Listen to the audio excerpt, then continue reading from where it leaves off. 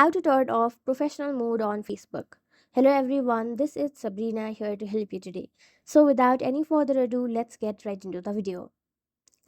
First, launch your Facebook application. Then go to the menu bar from your top right corner. Now, go to your profile icon. As you can see, I have this professional dashboard tab, so that means my professional account is turned on.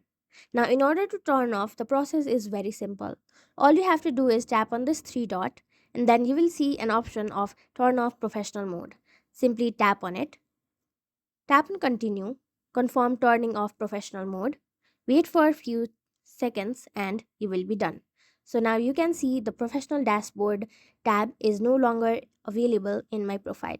So that's it. Thank you for watching this video. Make sure to like, share, and subscribe to our YouTube channel. If you got any question, comment them down, and I'll catch you in the next one.